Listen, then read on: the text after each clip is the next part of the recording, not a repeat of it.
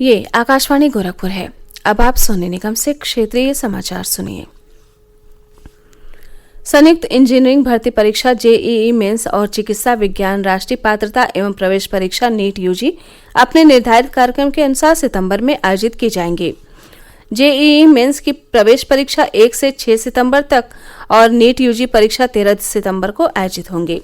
राष्ट्रीय परीक्षा agency NTA ने जेईई मेंस और राष्ट्रीय पात्रता और नीट यूजी के लिए परीक्षा केंद्रों की संख्या में वृद्धि कर दी है। एजेंसी ने कहा है कि कोविड-19 महामारी के कारण सामाजिक दूरी बनाए रखने की आवश्यकता को ध्यान में रखते हुए देश भर में परीक्षा केंद्रों की संख्या जेईई मेंस के लिए 570 से बढ़ाकर 660 और नीट यूजी 2020 के लिए 2546 से बढ़ाकर 3843 कर दी गई है। इस साल करीब 8.5 लाख परीक्षार्थियों ने जेईई मेंस के लिए और लगभग 16 लाख ने नीट यूजी के लिए पंजीयन कराया है।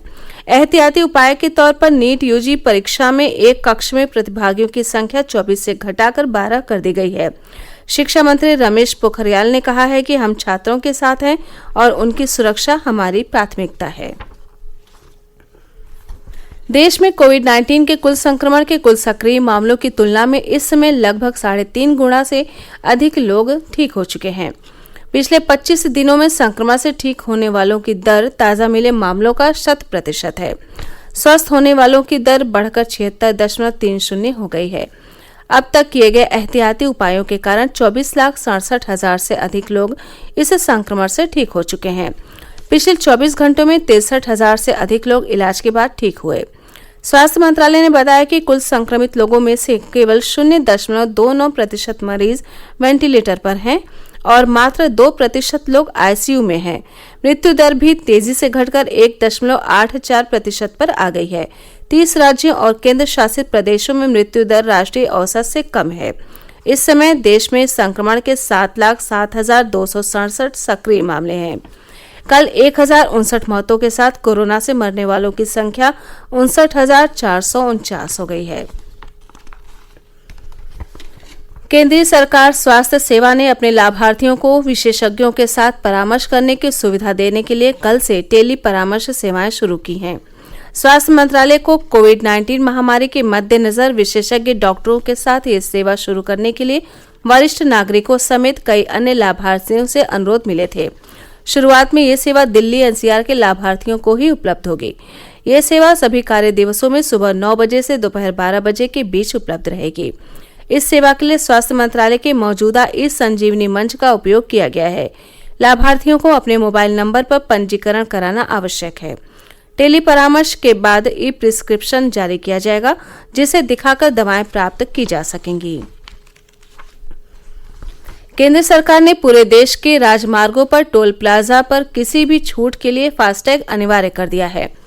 डिजिटल भुगतान को बढ़ावा देने और राष्ट्रीय राजमार्गों पर निर्बाध यात्रा सुनिश्चित करने के लिए ये फैसला किया गया है। सड़क परिवहन और राजमार्ग मंत्रालय ने वैध फास्टैग वाले वाहनों को 24 घंटे के अंदर वापसी यात्रा करने पर छूट और अन्य रियायतें देने के लिए राष्ट्रीय राजमार्ग शुल्क नियम 2008 में संशोधन किया है। मंत्रालय ने बताया कि इस संशोधन के बाद छूट स्वतः मिलेगी और 24 घंटे के अंदर वापसी यात्रा करने वाले वाहनों के लिए पूर्व जानकारी देना जरूरी नहीं होगा।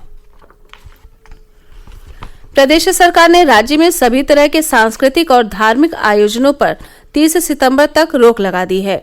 राज्य के अपर मुख्य गृह सचिव अवनीश कुमार अवस्थी ने इस संबंध में एक आदेश जारी कर किसी भी तरह के जुलूस और झांकियां निकालने पर रोक लगा दी है।